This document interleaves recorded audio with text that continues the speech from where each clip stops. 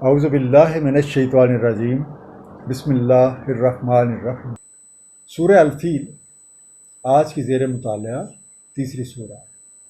یہ بھی ایک مکی صورت ہے، نزول کے لحاظ سے 19ویں اور ترتیب قرآنی کے لحاظ سے 105 اور اس کی 5 آیات ہیں۔ آپ کو یاد ہوگا کہ یہ بات ہم کئی دفعہ ڈسکس کر چکے ہیں کہ قرآن کریم اپنی ہر بات کی وضاحت جو ہے وہ ایک مثال کے ساتھ کرتا ہے۔ اب اس سے پچھلی سورہ میں ہمارے سامنے ایک ایسے شخص کا ذکر کیا گیا جو ہر چیز میں نقص تلاش کرتا ہے اور اپنے سوا کسی کو بھی خاطر میں نہیں لاتا۔ تو سورہ الفیل میں اسی جیسے ایک جو کردار ہے اس کا انجام ہمارے سامنے پیش کیا گیا ہے۔ بسم اللہ الرحمن الرحیم۔ الم تر کیف فعل ربک باصحاب الفیل، کیا نہ دیکھا آپ نے کیا معاملہ کیا آپ کے رب نے اصحاب الفیل کے ساتھ۔ الم یجعل کیدہم فی تضلیل، کیا نہ کر دیا ان کی تدبیر کو گم گشتگی میں۔ وارسل علیہم طیرا ابابیل، اور بھیج دیے ان پہ پرندوں کے جھنڈ۔ اصحاب الفیل ہاتھی والے، دا پیپل آف ایلیفینٹس۔ اب یہ پہلے ہم یہ دیکھ لیں جو لفظ انڈر لائن ہے، ان کے میننگ دیکھ کے پھر انشاءاللہ تفصیل سے اصحاب الفیل پہ بات کرتے ہیں۔ جو دوسرا لفظ انڈر لائن ہے وہ ہے تضلیل، زلل سے بنا، سراپا غلط، اسٹرے، انٹو ایرر۔ اور پھر لفظ ہے ابابیل۔ ابابیل کا روٹ ہے ابل، الف بے لام، جس کا مطلب ہے جھنڈ، فلاکس۔ اور بعض اوقات اس سے مراد ایک چھوٹا سا کالے رنگ کا جو پرندہ ہے جسے ہم ابابیل کہتے ہیں وہ مراد بھی لیا جاتا ہے۔ اب ان آیات میں ہمارے سامنے ایک اصحاب الفیل کے بارے میں بات جو ہے وہ رکھی جا رہی۔ حضرت ابراہیم علیہ السلام نے اللہ تعالیٰ کے حکم سے خانہ کعبہ کی تعمیر کی، اور پھر وہاں پہ حضرت اسماعیل علیہ السلام ان کو بسایا گیا تھا۔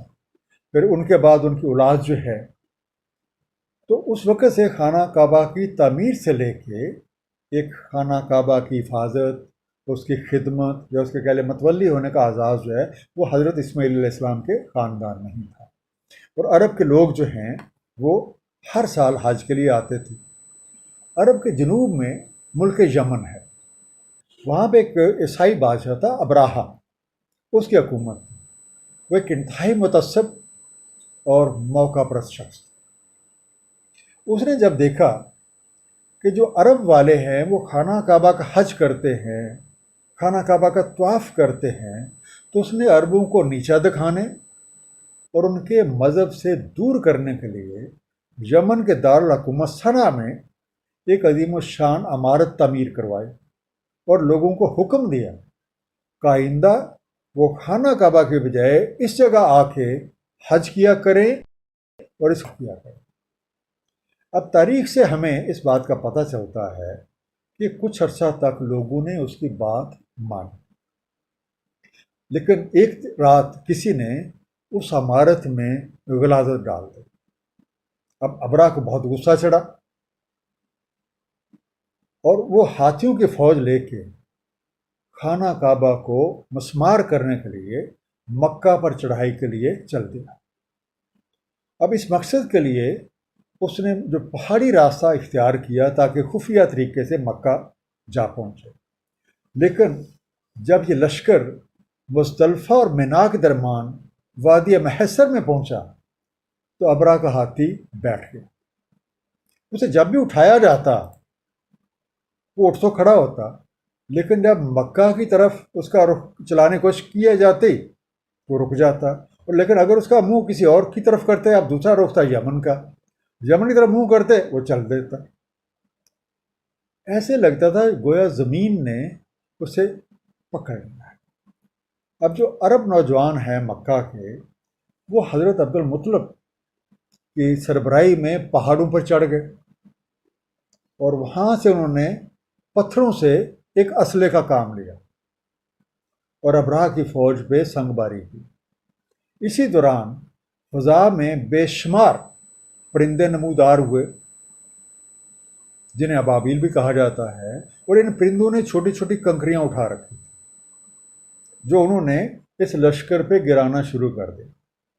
ان کنکریوں کی بارش سے ابراہ کے لشکر میں ایسی بھگدڑ مچی، وہ ہاتھی بھی الٹے دوڑے، جو گھوڑے یا باقی جانور تھے ان سب نے بھی ایک قسم کا بھاگ دوڑ شروع کر دی۔ تو لوگ بھاگ رہے تھے، ایک دوسرے پہ گر رہے تھے اور مر رہے تھے۔ اللہ تعالیٰ نے ابراہ کے اوپر ایک ایسی آفت نازل کی کہ اس کی انگلیوں کے پور پور جھڑ گیا، پھر سینہ پھٹ گیا اور وہ تڑپ تڑپ کے مر گیا۔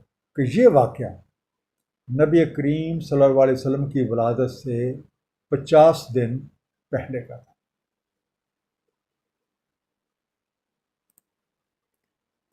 ترمیہم بحجارۃ من سجیل، پھینکتے ان پہ کنکر سنگریزوں کے، فجعلہم کعصف مأکول، سو کر دیا انہیں جیسے کھایا ہوا بھوسا۔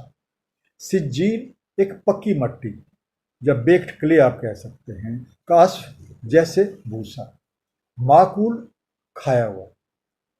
اب دشمنوں پہ پرندوں کا جو غید و غضب یا پرندوں کا اس طریقے سے حملہ کرنا پتھروں کے ساتھ عرب میں ایک ضرب المثل بن گیا۔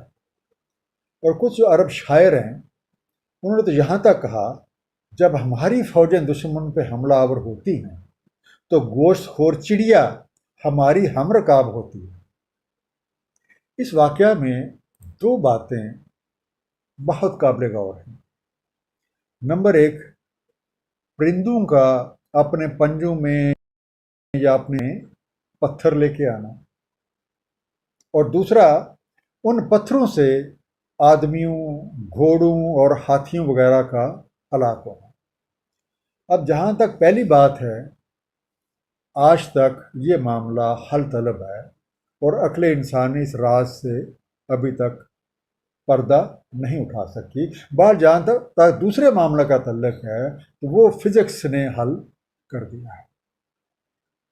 فزکس کی روح سے اگر ہم بلندی سے ایک ایسا پتھر جو ہے وہ لڑکھا دیں یا ٹپکا دیں کہ زمین تک آتے آتے اسے کوئی 150 سیکنڈ لگ جائیں، تو آخری سیکنڈ میں اس کی رفتار کوئی 4000 یا 5000 فٹ کے قریب ہوگی۔